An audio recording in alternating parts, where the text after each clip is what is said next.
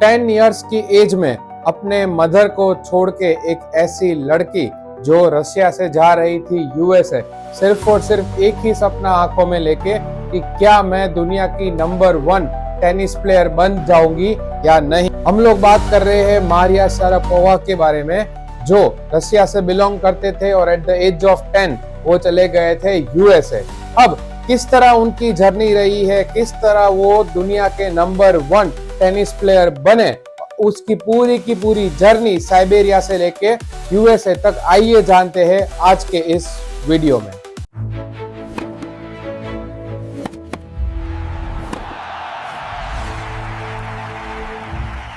अब देखो, जब वो 10 इयर्स के थे, एक तो सबसे पहले कि वो नंबर 1 टेनिस प्लेयर कब बने थे। मंडे 22 अगस्त 2005 जब दुनिया की नंबर 1 टेनिस प्लेयर बनी मारिया शारापोवा। अब आपने बहुत सारी स्टोरीज देखी होगी, बहुत सारे वीडियोस देखे होंगे, सब में एक चीज कॉमन होती है, उनकी स्ट्रगल स्टोरी। हाँ, वी नो रियली वेल कि यार जब स्ट्रगल स्टोरी की बात आती है तो वो बहुत ही बोरिंग फील होता है कि हर बार उसकी वही गांव की स्टोरी स्टार्ट होगी, उसके बाद वो किस तरह दुनिया के नंबर 1 प्लेयर बनेंगे, यही सब चीजें बताई होगी। बट कुछ चीजें जो वो लोग कर पाते हो बाकी लोग क्यों नहीं कर पाते हैं, यही स्टोरी आज हमें जाननी है। अब जब वो 10 इयर्स के थे तो वो एक्चुअली साइबेरिया से बिलोंग करते थे। आपको पता है साइबेरिया एक कंट्री है जो पहले पार्ट हुआ करता था रशिया का। ऐसा क्यों बता रहा हूं, उसका रीजन है बिकॉज आगे हमारी स्टोरी में वो बोलेंगे कि I am a Russian and my blood is Russian, इसलिए आपको बताना जरूरी है। अब 10 इयर्स की एज में मारिया शारापोवा को ये पता चल गया था कि अगर टेनिस में आगे बढ़ना है तो इट वॉन्ट बी इजी, कि इतना इजी नहीं होने वाला है, उनको जाना पड़ेगा यूएसए, बिकॉज साइबेरिया में वो टेनिस की ट्रेनिंग जो वो चाहती थी वो पॉसिबल नहीं है।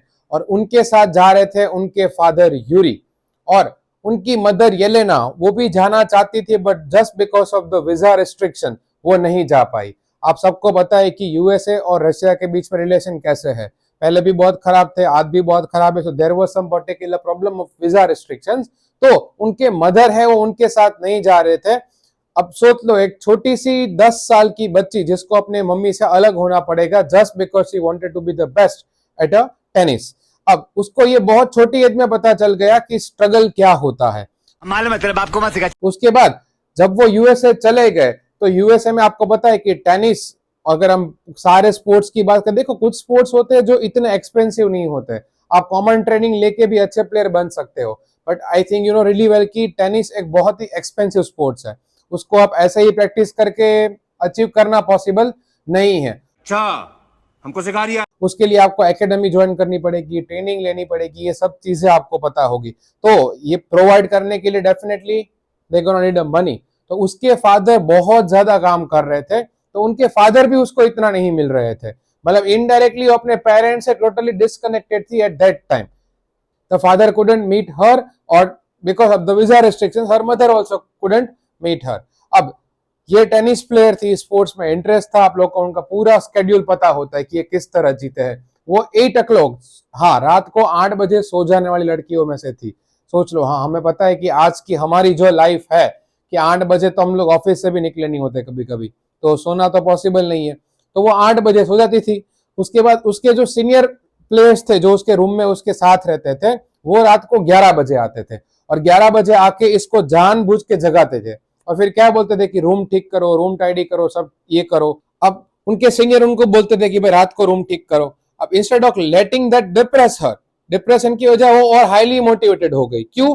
बिकॉज बोले अभी तो ये सिर्फ स्टार्टिंग है, अगर ये सब चीजें, अगर मैं अभी ये सब सोचती रहूंगी तो मैं लाइफ में आगे कैसे बढ़ूंगी। बात तो सही है। इनडायरेक्टली ये सब चीजें होने के बाद वो मेंटली टफ हो गई and she was more determined. वो ये बोलती है कि when you come from nothing you know how the things work. और दूसरी एक चीज, उनको सब चीजों की अहमियत पता होती है। I know it sounds really boring to lots of people कि यार बहुत पका रहे हो, बट पका नहीं रहे हैं। जब किसी, आपने एक चीज देखी होगी, जो 90% जितने भी आपने सेलिब्रिटीज देखे होंगे, स्पोर्ट्स पर्सन देखे होंगे, उन सबके बीच में एक सिमिलर थिंग्स होती है कि वो पुअर हाउस होल्ड से बिलोंग करते हैं। पुअर हाउस होल्ड से बिलोंग करते हैं ताकि उनके अंदर एक हंगरनेस बहुत ज्यादा होती है, हमसे भी ज्यादा। उसका रीजन क्या है कि उनके पास कुछ भी नहीं होता है, तो दे नो रियली वेल कि what kind of things it will cost, कि भाई ये सब चीजें पाने के लिए क्या क्या करना पड़ेगा, तो वो पहले से ही रेडी होती है। मारिया शारापोवा भी ये सब में से एक थी। 2 hours later.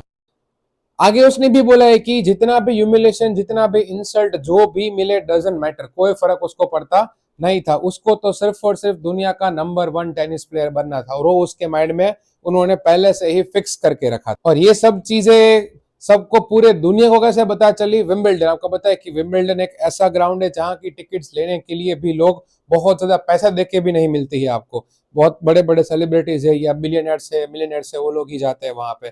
जब 2004 में उन्होंने वो टेनिस का कप जीता और तब पूरे दुनिया में नंबर 1 टेनिस प्लेयर बनी। At that time people got to know about it who she is. अब सबको पता है कि वैसे हमें बहुत लोग की स्टोरी नहीं पता होती है, बट जब लोग जीतते हैं तब उनको लोग ज्यादा जानना स्टार्ट कर देते हैं। तो that's what happened with her. अब देखो उनकी जर्नी सबको पता है कि साइबेरिया से लेके वो यूएस से किस तरह पहुंची। देखो कुछ अपने लोग देखे होते हैं बहुत इगोइस्टिक होता है, या मैं कहता हूँ हाँ सेल्फ ईगो होना जरूरी है। मुंह से सुपारी निकाल के बात कर रहे बाबा।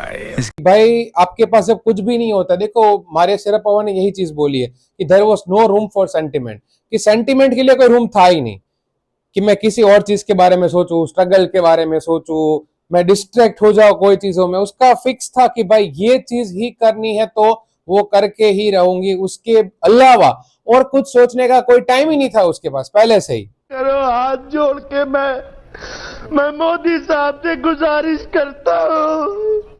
उसको भी पूछा गया था, उसने क्या बोला कि I am really really competitive. बोले मैं कॉम्पिटिटिव बहुत ज्यादा हूँ, यही मेरा मंत्र है। मंत्र मीन्स के मैं यही सोचती रहती हूँ कि मुझे कुछ चीज करनी है तो उसको करने के लिए I will do anything, what ever kind of things it's needed I will do it. मैं करूंगी ही करूंगी।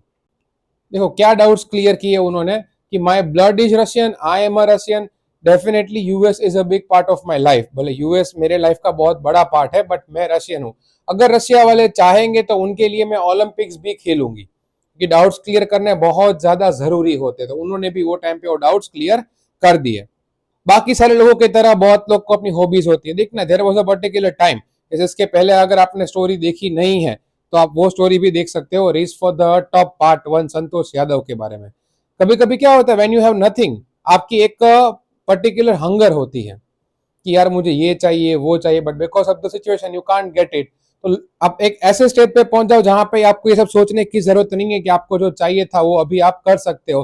तो उनको भी बाकी सब की तरह बहुत सारी हॉबीज थी। उनको इवनिंग गाउन्स बहुत पसंद थे, एक्सपेंसिव डिनर्स पसंद थे उनको, उसके बाद उनको चॉकलेट केक जो होता है, ऑरेंज ड्रिंक है, ये सारी की सारी चीजें बहुत ज्यादा पसंद थी। उसके बाद सोफिस्टिकेटेड गाउन, जैसे मैंने पहले ही बताया, आर्थर कॉनन डॉयल की जो नॉवेल होती है, नॉवेल रीड करना बहुत पसंद थी। ये सारी की सारी उनकी हॉबीज थी जो उन्होंने खुद बताई हुई थी।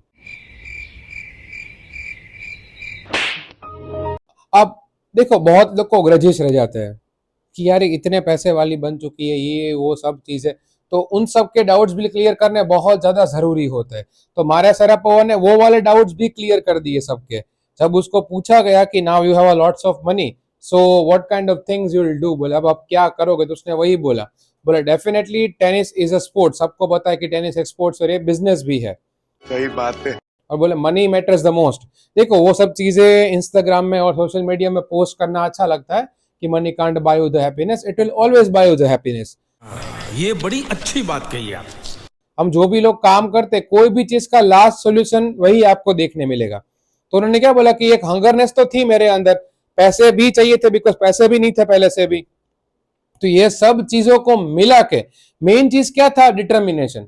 उन्होंने लास्ट में वही चीज बोलते कि एक ही चीज थी कि I want to became the number 1 tennis player in the world, और that was the particular dream that kept me going. ये थी हमारी एक छोटी सी सिंपल सी स्टोरी मारिया शेरापोवा के बारे में, कि एक छोटे से जगह से, साइबेरिया जैसे कंट्री के छोटे से गांव से बिलोंग करके किस तरह यूएसए पहुंचे और किस तरह दुनिया के नंबर 1 प्लेयर बने। आई होप यहाँ तक सब कुछ समझ में आ गया होगा, कुछ भी डाउट्स नहीं होगा। अभी एक दो और अच्छी अच्छी स्टोरीज बाकी है जो हम नेक्स्ट वीडियो में लेके आएंगे। अगर आपने इसके पहले वाला पार्ट नहीं देखा है, race for the top part 1, जो संतोष यादव के बारे में था, the only women in the world who has scaled Mount Everest twice, तो पहले आप जाके वो वाला वीडियो चेकआउट कर सकते हो। बाकी हम लोग सीधा मिलेंगे नेक्स्ट वीडियो में। चलो जय हिंद।